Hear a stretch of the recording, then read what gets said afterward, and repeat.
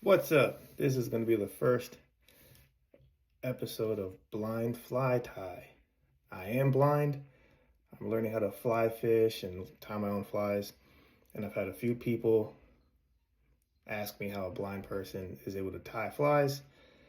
So I figured I'd make some videos and just see how it goes. Obviously, not an expert by any means because I cannot see anything I'm doing. But hopefully things come out as close to what they're supposed to look like as possible.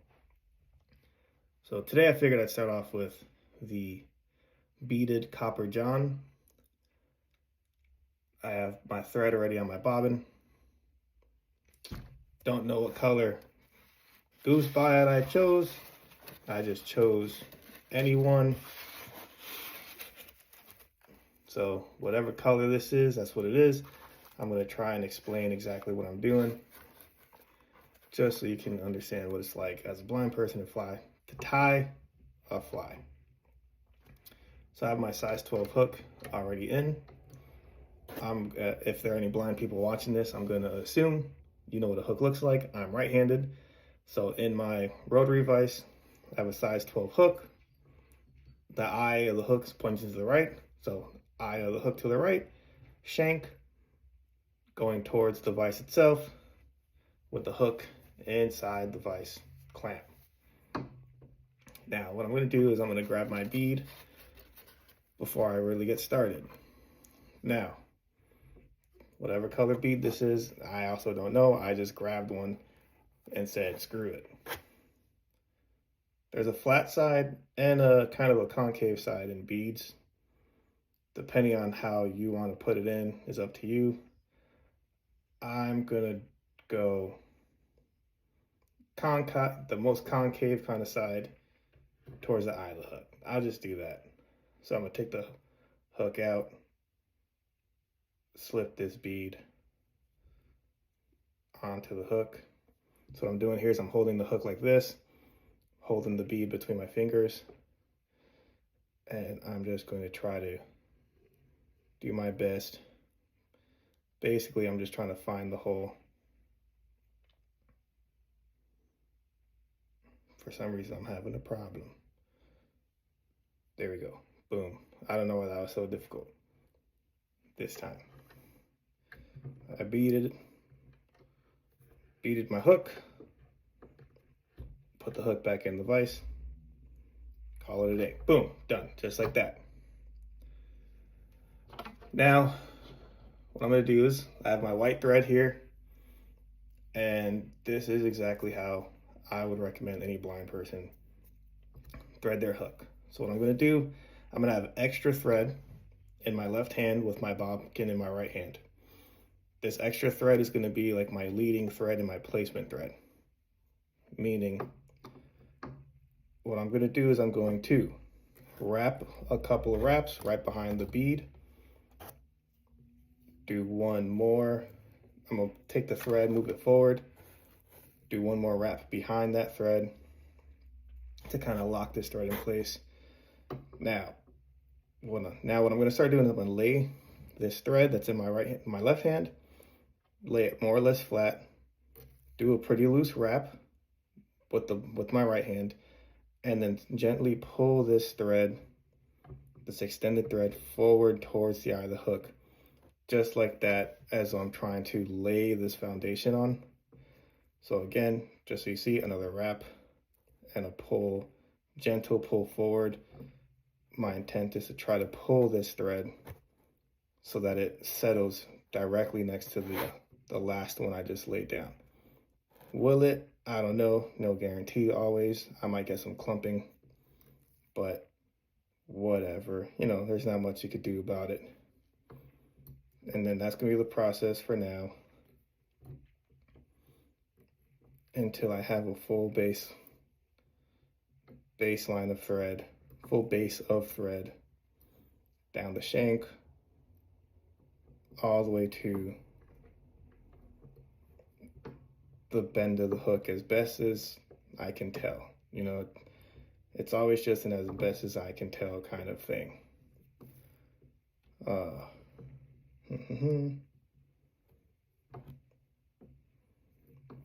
keep going because I'm pretty sure there's a couple more wraps I can get done. So again, I'm gonna do kind of like a loose wrap, pull that thread up. Hopefully it's settling directly next to that thread prior.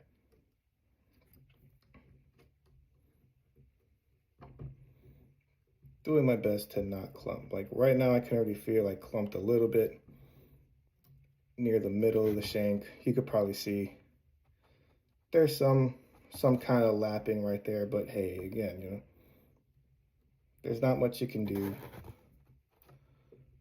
Actually, I'm gonna do my best to only pull it a little because I'm using my fingernail right now. The thread slid down. So I'm gonna do my best to kind of push the thread back up.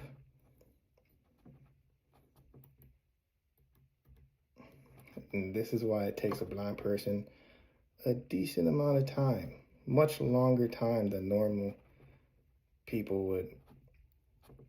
Because now that I shoved all that thread back up, definitely still looked a little clumpy, I'm sure. But now, I thought I was almost done, and now I gotta do another base. I was really just only like halfway done at best. But again, that's my fault for being a little too rough and pulling the thread base down by accident. So some of it is trying to figure out how to be as gentle as possible and accepting that, yeah, there's going to be some, not even some, there's going to be a decent amount of mistakes, but it's still all about doing your best to try to get it as good as you can, as good as possible. You know, I'm not selling these at any stores, nothing like that, for obvious reasons. You know, anything I make is definitely not going to be worth the $2 someone else might spend on the same thing.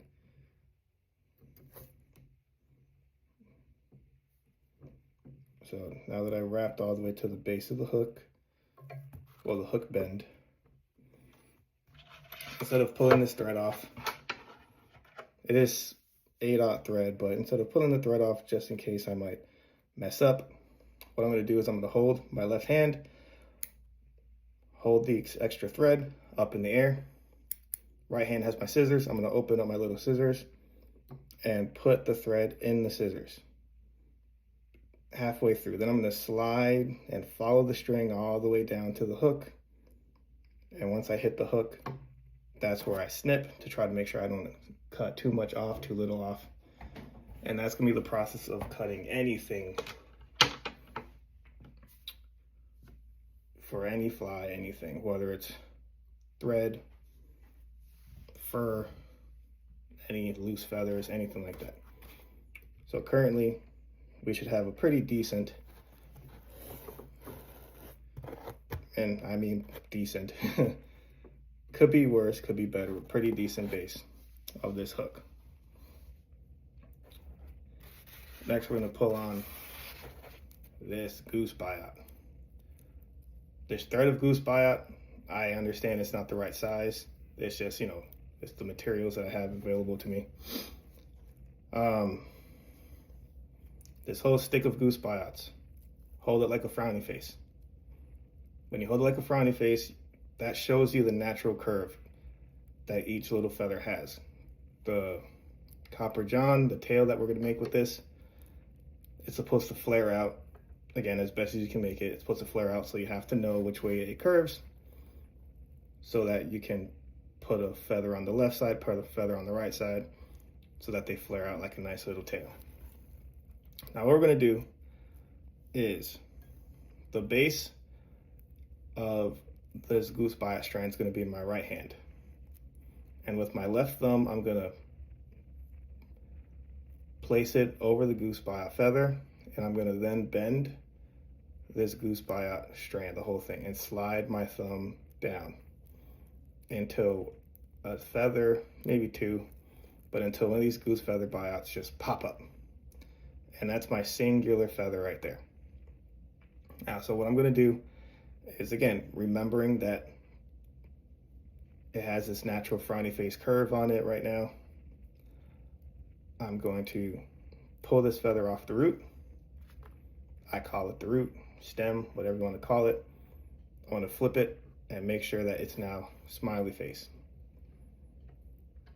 Now first, I'm going to now rotate my vise, cinch it down a little.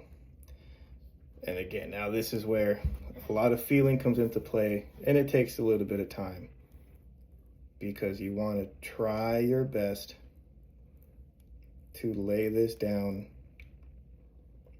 not only as straight as possible, but not too much of a tail, because it is only a size 12 hook.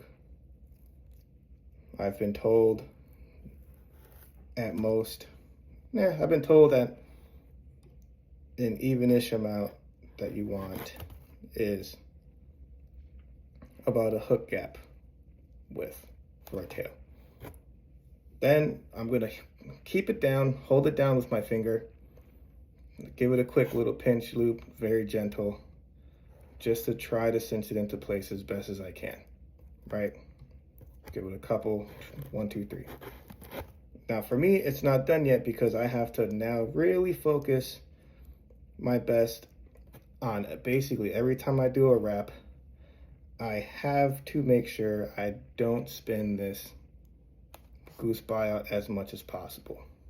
It will happen, it happens all the time, but it is what it is. So what I'm going to be doing is I'm going to do some small forward spiral-esque style wraps, 1, 2, 3, then let go of my bobbin thread, and then just check the stem that's near the eye of the hook and the copper, the bead, just trying to make sure at least that's straight. No guarantee the tail is straight, but at least if one thing is technically facing in the correct direction, it's possible I can fix it. So I'm just wrapping forward towards the eye of the hook, right behind the bead, and just continuously checking that goose buyout, doing my best to make sure it's just not moving, which again, whether you're sighted or not, it's gonna happen. So I'm doing very loose pinch loop style loops with my thread on this goose buyout, and occasionally just giving it a tug and hoping and praying it's in the correct direction.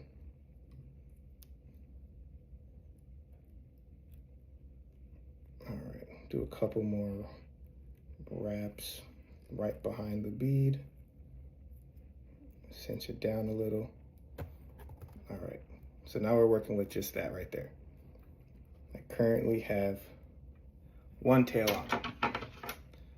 Now, like I said before, the cutting method, that little extra, I'm gonna pinch it with my 2 little fingers, open my scissors with my right hand, try to get it right in between the blades, slide it down as much as I can towards the hook, give it a little snip, extra comes off. Do my best to not cut the string, because that would suck. Everyone knows that would suck. Now, here's still another tricky part. Now I have to do the other side. And on the other side, we want to make sure to do our best to make sure the tail is even.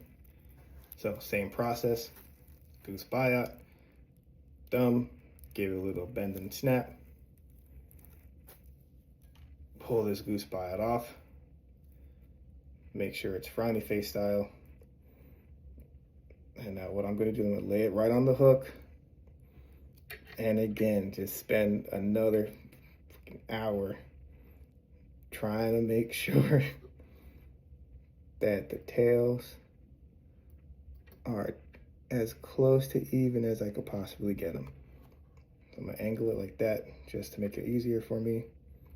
I'm using the back of my thumb to kind of gently touch the one tail. Do my best, my very best to try to make sure they're even. by using my thumb, my left thumb as a backing. I'm hoping that's pretty even. So again, really loose pinch wraps to start. And now I'm going to start working my way down the shank of the hook back towards the hook bend. And I am doing my best to really, with my fingers and my hand, just really try to make sure that I do not spin this tail as much as possible, because boy oh boy will it suck. Like just right there, I can feel that I spun it. So I grabbed the little extra, try to bring it back towards me, and I'm really hoping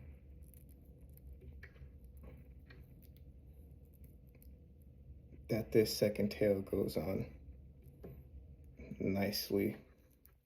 Really hoping it goes on nicely. So I got that there. Trying to pinch it. All right. And again, slowly-ish. Some semi-loose spiraling pinch loops. Just trying to make sure it's as secure as I can get it. But again, still trying my damnedest to not spin it. So that's where we're at. If it spins, it is what it is, no big deal. We just got to adjust it ourselves. But, slash, however, whatever words you want to use. I'm gonna post check this a little. Do my best to feel it. Take it, I'm just gonna take it out the hook real quick. Try to see if I feel this tail at all.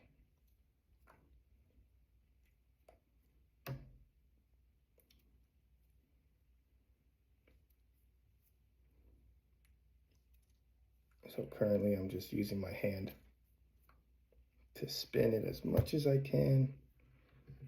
Place it back in the hook. Hopefully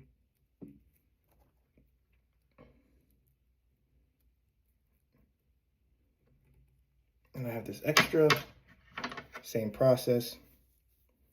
Again, hold it up, slide it through the blades, give it a quick snip. Once I hit something solid that's not string.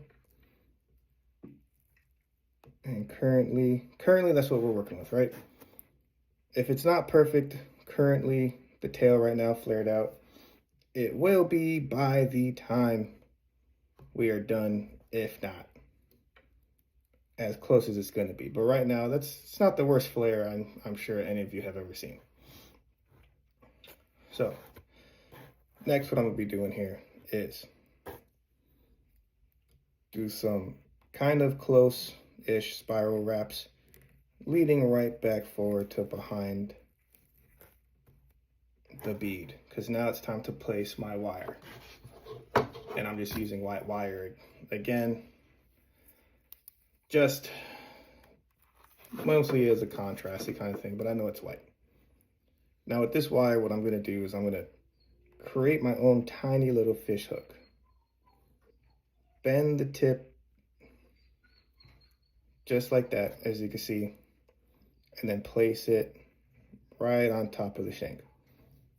What that is for me personally, is that's like my thread catch. So I'm going to do a quick little couple pinch loops right on it, and then I'm going to fold that down and then do just a couple of twists, wraps right behind the bead. That way for me, I know this wire is trapped now, and all I can do, my best, is just hold it in place while I now lay a thread base. And I'm just going to do just some wraps. They're not going to look the best, but my goal right now is to just do some wraps. Nothing Not trying to do anything fancy because I just want to make sure it's down. And then I'm gonna do some open spiral kind of wraps right back to behind the bead. Because now we are just going to wrap our copper wire. So I'm gonna extend some thread out now that I'm back behind the bead and hang it on my handy dandy arm here, just so my thread's out of the way. Now, just like with the wire, not the wire, just like with the thread, it's gonna take a little bit of time to wrap this copper wire up. Now, the reason why I don't have extra wire out as a lead is because copper wire, this wire is probably just as thin as the thread. It's like a 2mm wire. But because it's a little thicker, because it's a little stiffer, I can use this wire to basically guide it myself. So basically, I'm gonna do a quick loop, do one single wrap to start, try to make sure it's all the way to the back. And now what I can feel is I can feel that little wire bump right at the back, right there. So if I do another wrap right now, kind of open spiral forward like that, a little bit of a pull, and then slide that copper wire until it bumps right back into itself. And now we have our first successful touching wrap. And that's what we're gonna be doing the entire time. An open spiral into a slide back down so that it touches itself. Now I'm using 2mm wire. I'm pretty sure I have 1mm wire as well. So if you're gonna use 1mm wire or something for this, I would recommend to treat it like it is thread, because while doing this, I have pulled a little too hard sometimes, and my 1mm wire just straight up snapped off like thread, like I just pulled it off. And I was like, oh, you son of a bitch. Now this is gonna still take some time because it's a matter of, this is basically completely a matter of feel at this point. So there still might be some clumping in some places, but realistically, what we're trying to do at the end of the day is not make a gap. Which doesn't mean there won't be a gap. We're just doing our best to try to not make a gap. Now this is not really coming out looking so hot, because I feel like I have, you know, my messed up base with the thread is kind of messing up, sliding down these wires. Like I'm pretty sure where my nail is right there, that's a little gap, and I'm trying to shove it down, but it's just not cooperating.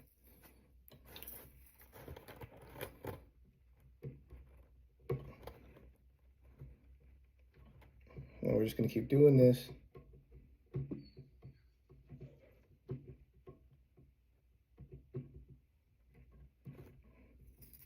And do a couple of wraps directly behind the bead, just to give it a little bit of a thick-ish neck, because why not?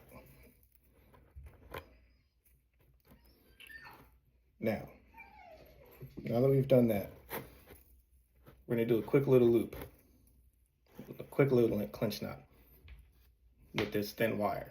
So left hand, my left hand's gonna hold extra wire out. My right hand, thumb on the bottom, either pointer finger, middle finger, both on top. And we're just going to do a quick loop and loop that left hand thread on top of the extra wire, creating this little music note looking loop right there. And then we're just gonna place that directly behind the bead and let that wire just sink into a nice little clinch knot. And like I said, since this is pretty thin wire, I got it nice and tight, I can just pull it off like a thread and it's not gonna move. Now, here's some more of a fun part. Man, I can tell my tail needs to be fixed. But we'll fix it at the end. Hopefully it comes out fine.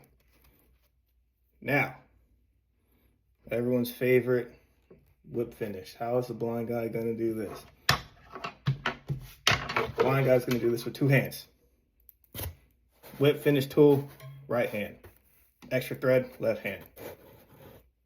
I'm gonna catch this thread at the tip with that little hook. With my left hand, wrap that thread around that tiny little bump that's at the back of the whip finisher tool. Place my thumb and lay down this thread as a guide right behind that bead and make my right triangle. Then I'm just gonna do my wraps. 1, 2, 3, 4, 5. Because it's not super tight, I'm able to slide this thread over, put that back of that whip finish knot, slide it onto the hook behind the bead, give it a nice pull, free my whip finish tool out. I do not like to tie in it. Sometimes when you wrap it a little too tight, the whip finisher tool gets stuck, the thread gets stuck, then it's impossible to actually successfully do the knot. Now I could pull this thread. I don't feel like it, just in case it frays, but same process. Instead, open the scissors, slide the scissors down the thread. Once I hit the hook, give it a quick little snip, and there's that. Now, before I try to UV resin this, I'm gonna try to check this tail out. Now, I just have to keep spinning it to try to make it so that these two tails flare out as much as I can get them. It's not going to be the prettiest, but hey, you know, what do I say? Hey, you know, it is what it is. What can you do about it? All right, now that I flared those out, again, as you can see, this is our current state of things. Give it a nice angle. Loosen this up a little. Give it a slow 360. 1, 2. The other direction. 1, 2. Now we're just going to do a quick UV resin. How is the blind guy going to do UV resin here? It gets on your fingers. It gets sticky. Get over it. That's all you could do. So my UV resin comes in like a little squeeze tube, like some triple antibiotic. And I'm going to put a quick little dab directly behind the bead.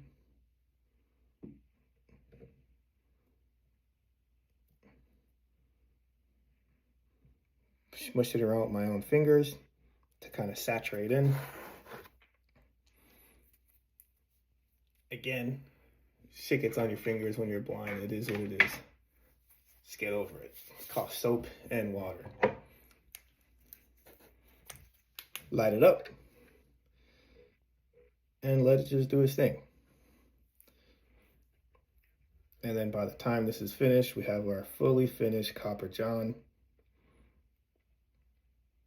Simple copper john, beaded head, white copper wire, white thread, whatever color the goose bots are, I don't care right now. And that's our finished product.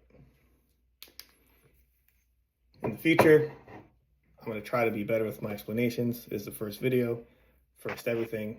So we'll just move on, we'll progress. But hopefully it was understandable, it was easy to follow. And if you have any other blind people who might be interested in fishing, fly fishing, let them like, subscribe, comment on my channel, comment on these videos so that you can see it's not going to come out the prettiest, but it is definitely possible. All right, so again, beaded copper john, and there we go.